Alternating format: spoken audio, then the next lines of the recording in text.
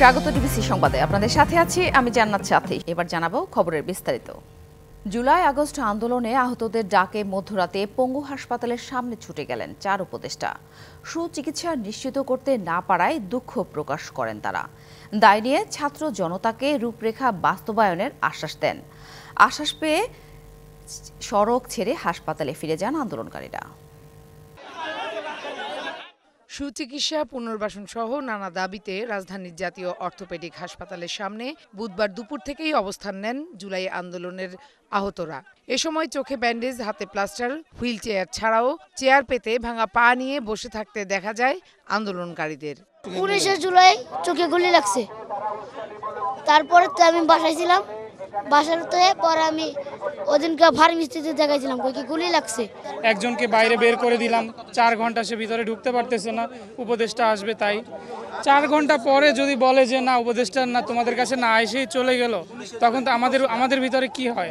রাতের মধ্যে 4 উপদেষ্টাকে জাতীয় অর্থোপেডিক হাসপাতালের সামনে এসে তাদের দাবি পূরণের আহ্বান জানান তারা। আমার ভাইয়ের রক্তের জন্য যদি একটা মা আমার চোখের সামনে মাথা নচো করে যে ভাই আমার বাবার আমার ছেলের ওটিতে 8 ব্যাগ রক্ত লাগবে, দ্রুত ওটিতে ঢুকাই দেবো, নাহলে হাত কেটে ফেলবে, কালকের ঘটনা। আমরা কিন্তু এত দূরত্ব চেতি নেই। আমাদের রক্তের উপরে এই চেয়ারে বসছে, ওনারা আমাদের সাথে বসবেন না তো কাদের সাথে বসবেন? মধ্যরাতে হাসপাতালে ছুটে আসেন আইন উপদেষ্টা ডক্টর আসিফ নজরুল, যুব ও ক্রীড়া উপদেষ্টা আসিফ মাহমুদ সহ 4 উপদেষ্টা। জানান নিজেদের সীমাবদ্ধতার কথা। এ সময় ভুল স্বীকার করে দেন সমাধানের আশ্বাস। আমাদের ব্যর্থতা আছে, ভুল আছে, আপনাদের প্রতি আমাদের অনেক অনেক অনেক বেশি দায়িত্বশীল হওয়া উচিত ছিল। আমরা চেষ্টা করেছি, চেষ্টার মধ্যে ঘাটতি ছিল না, কিন্তু আমরা কাজটা করতে পারি নাই। এই 2:30-3টা বাজে আমরা এসে 5টা লোক, এনারা আমরা 2 জন নইলে যুবক আছি, এনারা 3 জন মুরব্বী মানুষ এসে দাঁড়িয়ে আছে। আপনারা একটু রহম করেন। দেখা করানোটাই কি গুরুত্বপূর্ণ আপনাদের কাছে, নাকি চিকিৎসা সেবাটা গুরুত্বপূর্ণ? তাহলে চিকিৎসা সেবা গুরুত্বপূর্ণ হইলে সবার কনসার্ন গুলো 20 জন 30 জন যতজন চান তাদের অ্যাড্রেস তাদেরকে পাঠান। হাসপাতালে সিন্ডিকেট জটিলতা সহ চলমান নানান পরিস্থিতির কারণে আহতদের কাঙ্ক্ষিত চিকিৎসা সেবা না মেলার কথাও জানান উপদেষ্টারা। আলোচনা করে সমাধানের পথে হাঁটার আশ্বাস দেন তারা। আহতদের জন্য আমরা বিশেষ কিছু করতে পারিনি। বারবার যতবারই ক্যাবিনেট মিটিং হয়, প্রতি বৃহস্পতিবার ক্যাবিনেট মিটিং হয়, আমাদের অন্যতম একটা এজেন্ডা থাকে এটা। আমলাতান্ত্রিক জটিলতা থেকে শুরু করে বিভিন্ন ধরনের হসপিটালগুলোতে সিন্ডিকেট থেকে শুরু করে বিভিন্ন ধরনের অব্যবস্থাপনা যেগুলো দীর্ঘদিন ধরে চলে আসতেছিল, সেটার জন্য চিকিৎসার অনেক ধরনের সমস্যা হয়েছে আপনাদের, এগুলো আমরা সব সময় দেখছি। পরে আশ্বাসের ভিত্তিতে সড়ক ছেড়ে হাসপাতালে ফিরে যান আন্দোলনকারীরা। তবে দাবি আদায় না হলে আবারও রাজপথে নামার হুঁশিয়ারি তাদের। Farhana Juthi, DBC news, Dhaka. Diabetics নিয়ে সুস্বাস্থ্যই আমাদের অঙ্গীকার প্রতিবাদে এবার পালিত হচ্ছে বিশ্ব ডায়াবেটিক্স দিবস। এ রোগে আক্রান্তের সংখ্যার দিক থেকে বাংলাদেশের অবস্থান বিশ্বে 8ম। অন্তত 50% রোগী জানেন না তারা আক্রান্ত। এই কারণে বিভিন্ন অঙ্গ প্রত্যঙ্গ ক্ষতিগ্রস্ত হয়ে খারাপ হতে থাকে শরীরের অবস্থা। ওজন নিয়ন্ত্রণ, খাদ্যাভ্যাস ও জীবনযাপনে পরিবর্তন আনায় ডায়াবেটিক্স নিয়ন্ত্রণের মূল বিষয় বলছেন বিশেষজ্ঞ চিকিৎসকরা। ডায়াবেটিস এক ধরনের মেটাবলিক ডিসঅর্ডার। শরীরে ইনসুলিন আছে কিন্তু কাজ করছে না, কিংবা ইনসুলিন একেবারে নষ্ট হয়ে গেছে। চিকিৎসা বিজ্ঞানে সাধারণত 4 ধরনের ডায়াবেটিসের কথা বলা হলেও বাংলাদেশে ডায়াবেটিসে আক্রান্তদের টাইপ 1 ও টাইপ 2 এই 2 ভাগে ভাগ করা হয়। স্বাস্থ্য অধিদপ্তরের তথ্য অনুযায়ী বাংলাদেশে ডায়াবেটিস রোগী প্রায় 1,31,00,000 লাখ, যাদের 95 ভাগই টাইপ 2 এ আক্রান্ত, আর টাইপ 1 এ আক্রান্তের হার 2 থেকে 3 ভাগ। চিকিৎসকরা বলছেন ডায়াবেটিসের টাইপ 1 এ আক্রান্ত হয় সাধারণত শিশুরা। তাদের শরীরে ইনসুলিন নষ্ট হয়ে যায়। আলাদা করে ইনসুলিন না দিলে হতে পারে মৃত্যু। আগেভাগে সতর্ক, শারীরিক পরিশ্রম, খাদ্যাভ্যাস ও জীবনযাপনের পরিবর্তনের মাধ্যমে ডায়াবেটিস নিয়ন্ত্রণে রাখতে পারেন টাইপ 2 এ আক্রান্তরা। আমার প্রায় ধরেন 20 বছর হয়ে গেছে। 11, 12, 14, 15, 16 এরকম কোনোদিন হয়নি। প্রথম যখন আমার ডায়াবেটিস হলো তখন আমি 2 বেলা হাঁটতাম, 1000 ওষুধ খাইলেও হাঁটতে হইব। সাধারণত 5টি লক্ষণের মাধ্যমে ডায়াবেটিস শনাক্ত করেন চিকিৎসকরা। তবে অনেক সময়ই লক্ষণ ছাড়াই ধরা পড়ে এই রোগ। ক্ষুধা বেশি লাগা, পানির পিপাসা বেশি লাগা, ঘন ঘন প্রস্রাব হওয়া, দুর্বল লাগা এবং ওজন কমে যাওয়া, এই 5টা লক্ষণের যে কোনোটা থাকলেই আমরা চিন্তা করি যে আসলে তার ডায়াবেটিস আছে কিনা। যাদের বাবা মা, ভাই বোন বা ঘনিষ্ঠ আত্মীয় স্বজনের ডায়াবেটিস আছে তাদের আক্রান্ত হওয়ার ঝুঁকি বেশি। আমার এই ফ্যামিলি হিস্ট্রিটা আমরা চেঞ্জ করতে পারি না, সচেতন হন তাহলে হয়তো বা তার ডায়াবেটিসটা ধরা পড়লোই না অথবা ডিলে হলো। একজন ডায়াবেটিস রোগীর যে আইডিয়াল খাবার তালিকাটা ফলো করা উচিত, এটা তার মেনে চলতে হবে। নিয়মিত ব্যায়াম বা ফিজিক্যাল অ্যাক্টিভিটি এটা অবশ্যই চালিয়ে যেতে হবে। দীর্ঘদিন ডায়াবেটিস অশনাক্ত থাকলে বা চিকিৎসা না নিলে যকৃৎ, কিডনি, লিভার, চোখের পাশাপাশি অন্যান্য অঙ্গ প্রত্যঙ্গ মারাত্মক ক্ষতিগ্রস্ত হয়। তার নিজেই তার চিকিৎসকের ভূমিকাটা পালন করতে পারেন। তার ইনসুলিনের মাত্রাটা কেমন হবে, ডায়াবেটিস কন্ট্রোলটা কেমন থাকবে, টার্গেট কেমন থাকা উচিত এবং কি অবস্থা হলে ইমার্জেন্সি উনি চিকিৎসকের পরামর্শ নেবেন এবং ডায়াবেটিসের যে সিক ডে রুলগুলো এগুলো তাকে অবশ্যই শিখিয়ে দিতে হবে। সুনিয়ন্ত্রিত ডায়াবেটিসের ক্ষেত্রে খালি পেটে রক্তের গ্লুকোজের মাত্রা 6 মিলিমোলের নিচে এবং খাওয়ার 2 ঘন্টা পরে 8 থেকে 10-এর নিচে থাকবে। আর 3 মাসের গড় ডায়াবেটিস 7-এর নিচে হতে হবে বলছেন বিশেষজ্ঞ চিকিৎসকরা। সাব্বির রোজ, ডিবিসি নিউজ, ঢাকা। পরীক্ষামূলক সময়ের মৃত্যু ফাঁদে পরিণত হয়েছে চট্টগ্রামের একমাত্র এলিভেটেড এক্সপ্রেসওয়ে। প্রতিদিনই ঘটছে ছোট বড় দুর্ঘটনা। বিশেষজ্ঞরা নির্মাণ ত্রুটিকে দুষলেও দুর্ঘটনা কমাতে স্পিড ক্যামেরা যুক্ত করা সহ একগুচ্ছ উদ্যোগের কথা বলছে বাস্তবায়নকারী সংস্থা। পরীক্ষামূলকভাবে গত আগস্টে চালু করা হয় বন্দরনগরী চট্টগ্রামের প্রথম এলিভেটেড এক্সপ্রেসওয়ে। আনুষ্ঠানিকভাবে চালু হওয়ার আগেই দুর্ঘটনার অন্যতম স্পটে পরিণত হয় প্রায় 16 কিলোমিটার দীর্ঘ উড়াল সড়কটি। ছোট বড় 30টিরও বেশি দুর্ঘটনা হয়েছে গত 3 মাসে। এতে প্রাণ গেছে 2 জনের। বেশিরভাগ দুর্ঘটনার কারণ উচ্চ গতির মোটরসাইকেল ও প্রাইভেট কার। লাইটিং এর সমস্যা, আর দ্বিতীয় কথা হচ্ছে নির্মাণ কাজ কিছু আছে বাকি। টার্নিং গুলো যেহেতু অনেক বড়, এখানে স্পিড ব্রেকার দিছে যে আস্তে আসার জন্য। এখানে মনে করেন যে বোধ গাড়ি ব্রেক করেন ডাইরেক্ট চলে আসে। একটু রিস্কের মধ্যে আছে টার্নিংটা মানে হঠাৎ দূরত্ব যদি গাড়িটা স্পিড আসে, হ্যাঁ টার্নিংটা একটু টার্নিং করতে একটু সমস্যা হয়। এক্সপ্রেসওয়ের 21টি বাঁকের মধ্যে অন্তত 5টি স্থানে আছে তীক্ষ্ণ বাঁক। এসব জায়গায় গাড়িকে বাঁক নিতে হয় প্রায় 45 থেকে 90 ডিগ্রি পর্যন্ত, কমাতে হয় গতি। তবে বেশিরভাগ ক্ষেত্রেই ব্যর্থ হন চালকরা। বেপরোয়া চালকদের ব্যাপারে কঠোর হওয়ার পরামর্শ বিশেষজ্ঞদের। এলিভেটেড ওয়েটে পরিবহনগুলো কারা উঠবেন এবং সেক্ষেত্রে তার নিয়ন্ত্রণ কতটুকু থাকবেন সেগুলোর ক্ষেত্রে কঠোরতম ব্যবস্থা এবং নীতি পদ্ধতি আমাদের ফলো করতে হবে। জানমালের রক্ষার ক্ষেত্রে কিন্তু আমাদের নিয়ন্ত্রণকারী সংস্থাকে কোনোভাবে ছাড় দেওয়ার কোনো সুযোগ নেই। চট্টগ্রাম উন্নয়ন কর্তৃপক্ষ বলছে এক্সপ্রেসওয়েতে গতিসীমা 60 কিলোমিটার হলেও বাঁকে তা 40-এ নামানোর নির্দেশনা রয়েছে, যা মানছেন না চালকরা। যেহেতু এখানে স্পিড লিমিটটা কম, আমরা 40 থেকে 60 কিলোমিটার স্পিড লিমিট আমরা এখানে ফিক্স করে দিচ্ছি এবং এখানে স্পিড ক্যামেরা থাকবে, এখানে মনিটরিং ক্যামেরা থাকবে। প্রায় 4,298 কোটি টাকা ব্যয়ে নির্মাণ করা হয়েছে এই এলিভেটেড এক্সপ্রেসওয়ে, যেটি বহদ্দারহাট ও বাইজিদগামী আখতারুজ্জামান ফ্লাইওভারের সাথে সংযুক্ত। Mujibul Haque, DBC news, Chittagong. দেশের পূর্বাঞ্চলে নদীপথে অধিকাংশ পণ্য পরিবহন হয় নৌযানে। তুলনায় খরচ কম হওয়ায় নৌপথে পণ্য পরিবহনে স্বাচ্ছন্দ্য বোধ করেন ব্যবসায়ীরা। তবে পূর্বাঞ্চলের নদীপথে বেড়ে চলেছে ডাকাতি। একদিকে ডাকাত, অন্যদিকে চাঁদাবাজদের অত্যাচারে অতিষ্ঠ নৌযান শ্রমিকরা। সীমিত সংখ্যক নৌ পুলিশ দিয়ে ডাকাতি প্রতিরোধের চেষ্টা চলছে বলে জানায় পুলিশ। ব্রাহ্মণবাড়িয়ার আশুগঞ্জ 2004 সালে পূর্ণাঙ্গ নদী বন্দর হিসেবে স্বীকৃতি পায়। দেশি বিদেশি জাহাজ সহ এই বন্দর থেকে সড়ক পথে সারা দেশে পণ্য সরবরাহ করা হয়। চট্টগ্রাম, সিলেট, ঢাকা, সুনামগঞ্জ, নরসিংদী, চাঁদপুর, নারায়ণগঞ্জ, মুন্সিগঞ্জ, কিশোরগঞ্জ, হবিগঞ্জ ও নেত্রকোনা থেকে পণ্যবাহী নৌযান পূর্বাঞ্চল নদীপথে ব্রাহ্মণবাড়িয়ার আশুগঞ্জ নৌবন্দরে নোঙর করে। গত 5ই আগস্ট রাজনৈতিক পট পরিবর্তনের পর এই নৌপথে অন্তত 8 থেকে 10টি ডাকাতির ঘটনা ঘটেছে।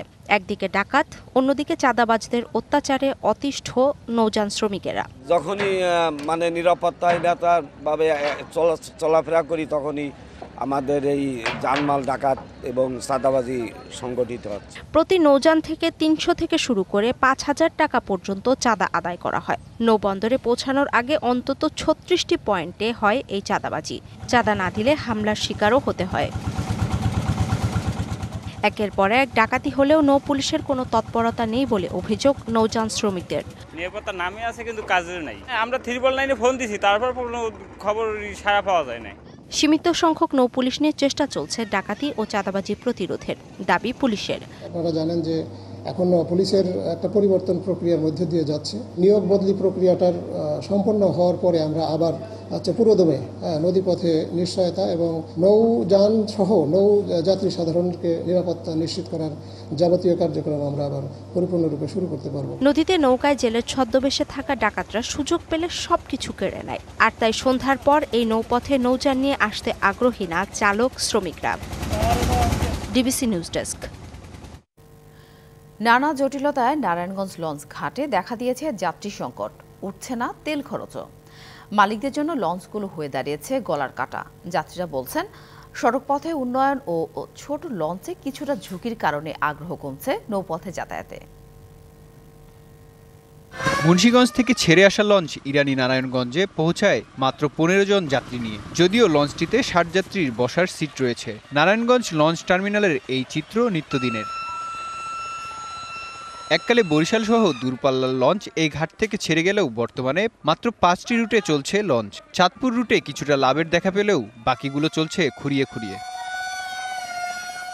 বেশিরভাগ সময় লঞ্চের তেল খরচই ওঠে না বলছেন সংশ্লিষ্টরা। লঞ্চ চালালে খরচ আর বসিয়ে রাখলে নষ্টের ভয়, সব মিলে মালিকদের গলার কাটা এখন লঞ্চগুলো। লকডাউনের পর থেকে পর্যন্ত যাত্রী হয় না বিদায়, স্টাফ খরচ হয় না, তেল মোবিলের খরচ হয় না, যার কারণে অনেক মালিকরা লঞ্চ বাঙালি হিসাবে বিক্রি করে ফেলাইছে। তুলনামূলক যে যাত্রী হওয়ার কথা তাও হয় না, সীমিত যাত্রী নিয়ে চলাফেরা করে। মালিকরাও তেমন একটা আয় পাচ্ছে না, শ্রমিকদেরও করুণ অবস্থা। যাত্রীরা বলছেন সড়কপথে স্বাচ্ছন্দ্যের পাশাপাশি লঞ্চে কিছুটা ঝুঁকিও আগ্রহ কমিয়েছে মানুষের। এর বাইরে নানা অব্যবস্থাপনাও রয়েছে। ব্রিজ এবং রাস্তায় সিএনজি, অটোরিকশা এবং আপনার 4 চাকার বিভিন্ন যানবাহনের চলাচল বৃদ্ধি পেয়েছে। মানুষ সেগুলোর উপর নির্ভরশীল হয়ে গেছে। লঞ্চে এখন ওইসব এলাকার মানুষ নারায়ণগঞ্জে তেমন একটা আসে না। বড় লঞ্চ ছিল ভয়ভীতি কম লাগে। অভিযোগ আছে ইজারাদের লোকজন ভয়ভীতি দেখিয়ে বাড়তি টাকা আদায় করে যাত্রীদের কাছ থেকে। 80% গরিব মানুষ লঞ্চে যাতায়াত করে। বিভিন্ন আইটেম তাদের হাতে থাকে হ্যান্ড লাগেজের মতো, যেটা লেবাররা ক্যারি করে। সেখানে তারা বিভিন্ন জোর জুলুম করে টাকা আদায় করে। এই কারণে অনেক লোকে আমাদের এই লঞ্চে যাতায়াতটাকে স্বাচ্ছন্দ্য বোধ করে না। বাড়তি অর্থ নেওয়া হলে ব্যবস্থা নেওয়ার কথা বলছে বিআইডব্লিউটিএ। রেড সার্টের বাইরে একটা পয়সা নেওয়ারও কোনো সুযোগ নাই। যদি কেউ নেয় এবং এটা যদি তথ্য প্রমাণ সহ আমরা শুনবো, এরকম অভিযোগ কখনোই আমরা টলারেট করব না। নৌপথে চলাচল যুগোপযোগী করতে ভূমিকা নেবে সরকার, এমন প্রত্যাশায় মালিক যাত্রী উভয়ই। DBC news desk. অধ্যক্ষ নিয়ে জটিলতায় অনিশ্চয়তা দেখা দিয়েছে রাজধানীর উত্তরা হাই স্কুল অ্যান্ড কলেজে। বৈধ সিগনেটরি না থাকায় ব্যাংক থেকে টাকা উত্তোলন বন্ধ রয়েছে। ফলে 6 মাস ধরে বেতন পাচ্ছেন না শিক্ষক কর্মকর্তারা। অর্থাভাবে বাধাগ্রস্ত হচ্ছে পাঠদান, এমনকি পরীক্ষাও। রাজধানীর Uttara high school and college 24-এর গণ অভ্যুত্থানের শহীদ মুগ্ধের শিক্ষা প্রতিষ্ঠান এটি। নানা জটিলতায় অনিশ্চয়তা দেখা দিয়েছে প্রতিষ্ঠানটিতে। বেশ কয়েক মাস বেতন না পেয়ে মানবেতর জীবনযাপনে শিক্ষক কর্মচারীরা। 10,000 শিক্ষার্থী, 250 শিক্ষক কর্মচারী, প্রত্যেকটা ধাপে ধাপে বাধাগ্রস্ত হচ্ছে উনি এইখানে আসার পরে। আমি বলবো যে উনি এখানে অবৈধভাবে আসার কারণে কোনো চেক স্বাক্ষর করে আমরা অর্থের যে একটা চলমান যোগান সেটা কনফার্ম করতে পারি না। অনেক কষ্টের মধ্যে আছি, অনেকেরই লোন আছে, কেউ হয়তো কোনো উন্নয়নমূলক কাজে হাত দিয়েছে, পারিবারিক খরচ তো আছেই, নাজুক অবস্থার মধ্যে। অভিযোগ রয়েছে আগের নানা জটিলতার পর হাইকোর্টের আদেশ অমান্য করেও অধ্যক্ষ পদে রয়েছেন হাফিজুর রহমান। আবার নিয়ম ভেঙে অ্যাডহক কমিটি গঠনের চেষ্টাতেও বাড়ে আরও জটিলতা। অ্যাপিলেট ডিভিশন 22 এপ্রিল 2024 সেটাকে স্টে না দিয়ে স্ট্যাটাসকো দিয়েছেন, অর্থাৎ তিনি চাকরিচ্যুত অবস্থায় আছেন। এই অবস্থায় ওগুলো আইনিভাবে সমাধান না করে এসে স্কুলের দখল নিয়েছেন। কারো কাছে কোনো ধরনের কোনো কাগজপত্র শো করেন নাই, জাস্ট এসে বসে আছেন।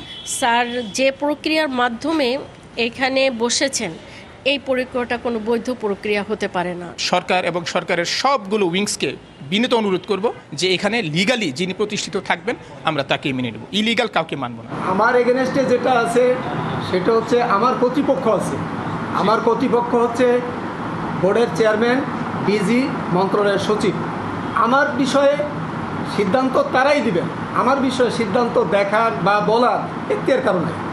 মাধ্যমিক ও উচ্চশিক্ষা অধিদপ্তর বলছে জটিলতা নিরসন করে সমস্যার সমাধান করবেন তারা।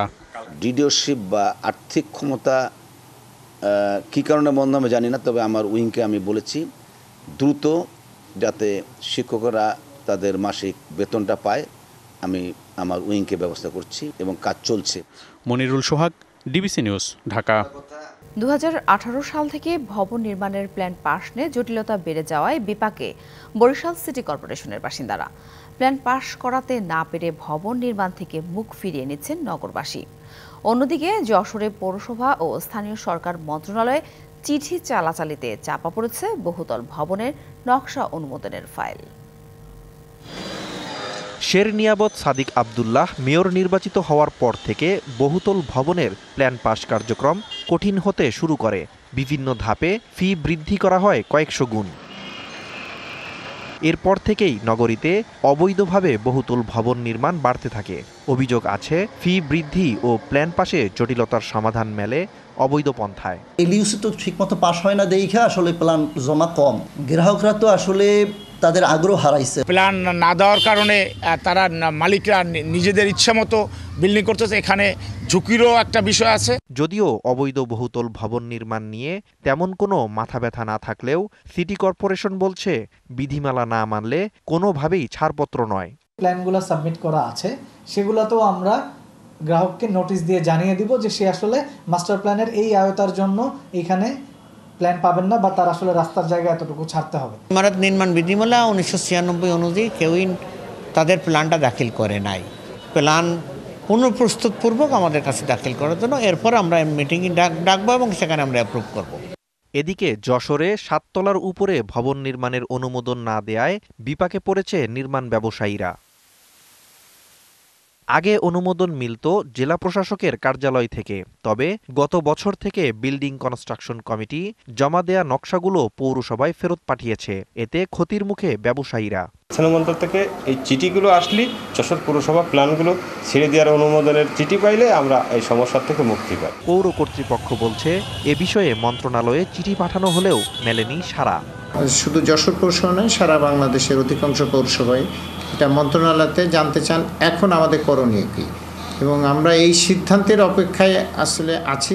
আমাদের মন্ত্রণালয় থেকে এর একটা নির্দেশনা দিলে আমরা পরবর্তীতে এই জটিলতা থেকে মুক্ত হতে পারব। দ্রুতই কাটবে জটিলতা, অনুমোদন দেওয়া হবে নকশার, এমন প্রত্যাশা পৌরবাসীর। Nazmus Sakib Sami, DBC news desk.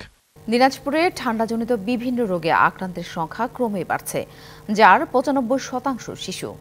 জেলার 250 শয্যা হাসপাতালের শিশু ওয়ার্ডে চিকিৎসা নিচ্ছে বেড সংখ্যার 3 গুণের বেশি রোগী। দিনরাতের তাপমাত্রার হেরফেরের কারণে এই ঠান্ডাজনিত রোগ বাড়ছে বলে জানিয়েছেন চিকিৎসকরা। শীত মৌসুম শুরু হতে এখনও বাকি মাসখানেক, তবে ঋতুবৈচিত্র্যে হেমন্তের মাঝামাঝি প্রকৃতি বার্তা দেয় শীতের আগমনের। আবহাওয়া ঠান্ডা গরমের মিশেলে দিনে তাপমাত্রা 30 থেকে 31 ডিগ্রি সেলসিয়াস থাকলেও রাতে তা নেমে আসে 18 থেকে 19 ডিগ্রিতে। তাপমাত্রার এমন হেরফেরে শিশুসহ সব বয়সের মানুষ ঠান্ডাজনিত রোগে আক্রান্ত হচ্ছে। দিনাজপুর 250 শয্যার জেনারেল হাসপাতালের শিশু ওয়ার্ডে ধারণ ক্ষমতার বাইরে রোগী ভর্তি রয়েছে। বেড না পেয়ে ওয়ার্ডের বারান্দায় অনেক শিশুকে দেয়া হচ্ছে চিকিৎসা। জেলার একমাত্র বেসরকারি শিশু হাসপাতাল অরবিন্দ শিশু হাসপাতালের চিত্রও অনেকটা একই রকম। আক্রান্ত শিশুদের মধ্যে বেশিরভাগই নিউমোনিয়া এবং জ্বর সহ শ্বাসকষ্টে আক্রান্ত। সর্দি, জ্বর, কাশি, শ্বাসকষ্ট, নিঃশ্বাস নিতে পারে না। এখনো তো সুস্থ হয়নি ভালো মতো। বাচ্চার ওই যে নিউমোনিয়া, এইখানে তো আমার আজকে ধরে 5 দিন হচ্ছে নিউমোনিয়া হয়েছে। ভিতরে বেড নাই, মানে রোগী অনেক, তো বাচ্চা এখন সমস্যা ঠান্ডা গরমের জন্য। এদিকে বাড়তি রোগীদের সেবা দিতে হিমশিম খাচ্ছেন চিকিৎসক ও নার্সরা। কয়েকদিন আগে আরও এত বেশি ছিল যে আমাদেরকে একেবারে বাউন্ডারি বাইরে যেতে হয়েছে পেশেন্ট নিয়ে। তারপরে এখন বেশি আমাদের শ্বাসকষ্ট, বাচ্চারা ভর্তি হচ্ছে, গ্যাস পাচ্ছে। তারপর আমরা চেষ্টা করছি মানে ভালোভাবে সার্ভিস দেওয়ার। রাতের বেলা অনেক বাচ্চাই একটু অল্প কাপড় নিয়ে শুচ্ছে যেহেতু গরম লাগছে, কিন্তু ভোরের দিকে যখন ঠান্ডা পড়ছে তখন আমরা তার গায়ে কাপড় ঠিকমতো যদি না দিতে পারি, তখন বাচ্চারা এই আবহাওয়ার পরিবর্তনজনিত কারণে ঠান্ডায় আক্রান্ত বেশি হচ্ছে। বিছানা আছে তার চাইতেও তার 3 গুণ রোগী আমাদের এখানে এখন ভর্তি আছে। আবহাওয়া বদলের এই সময় শিশুদের বাড়তি যত্নের আহ্বান চিকিৎসকের। DBC news desk. যুক্তরাষ্ট্রের নবনির্বাচিত প্রেসিডেন্ট ডোনাল্ড ট্রাম্পের প্রশাসনে পররাষ্ট্রমন্ত্রী হিসেবে নিয়োগ পাচ্ছেন ফ্লোরিডার সিনেটর মার্কো রুবিও। তিনি সিনেটের গোয়েন্দা বিষয়ক কমিটির ভাইস চেয়ারম্যান এবং ফরেন রিলেশনস কমিটির সদস্য। হংকংয়ে গণতন্ত্রপন্থী আন্দোলনে সমর্থন দেওয়ায় 2020 সাল থেকে চীনা নিষেধাজ্ঞায় রয়েছেন মার্কো রুবিও। চীন, ইরান ও কিউবার মতো যুক্তরাষ্ট্রের ভূ রাজনৈতিক প্রতিপক্ষের বিরুদ্ধে কঠোর পররাষ্ট্রনীতি সমর্থন করেন মার্কো রুবিও। রাশিয়ার বিরুদ্ধে লড়াই চালিয়ে নিতে ইউক্রেনকে অর্থ ও সামরিক সহায়তা দেওয়ার পরিবর্তে যুদ্ধের অবসান চান তিনি। আর গাজা ইস্যুতে তার অবস্থান ইসরায়েলের পক্ষে। এছাড়া ডেমোক্রেটিক পার্টির সাবেক কংগ্রেসম্যান তুলসী গেবার্ডকে ন্যাশনাল ইন্টেলিজেন্স বিভাগের পরিচালক করলেন ট্রাম্প। ডেমোক্রেটদের যুদ্ধবাজ আখ্যা দিয়ে 2022 সালে দল ছাড়েন তিনি। অ্যাটর্নি জেনারেল হিসেবে ট্রাম্প বেছে নিলেন ফ্লোরিডার আরেক আইন প্রণেতা ম্যাট গায়টসকে। এদিকে সিনেটের সংখ্যাগরিষ্ঠ রিপাবলিকানদের নেতা হিসেবে দলটি বেছে নিয়েছে জন থুনকে।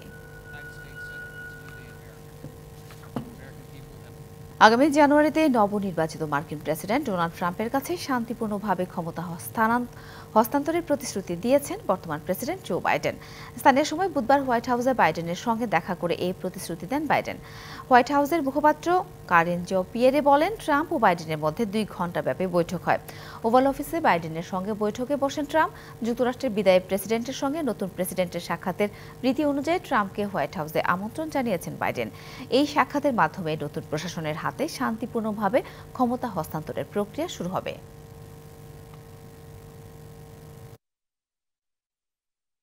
ডিবিসি সংবাদে এ ছিল এখনকার মতো। ডিবিসি নিউজের সংবাদগুলো পড়তে ভিজিট করুন dbcnews.tv আর ভিজিট করুন ডিবিসি নিউজের ফেসবুক পেজ এবং ইউটিউব চ্যানেল। ডিবিসির সঙ্গেই থাকুন।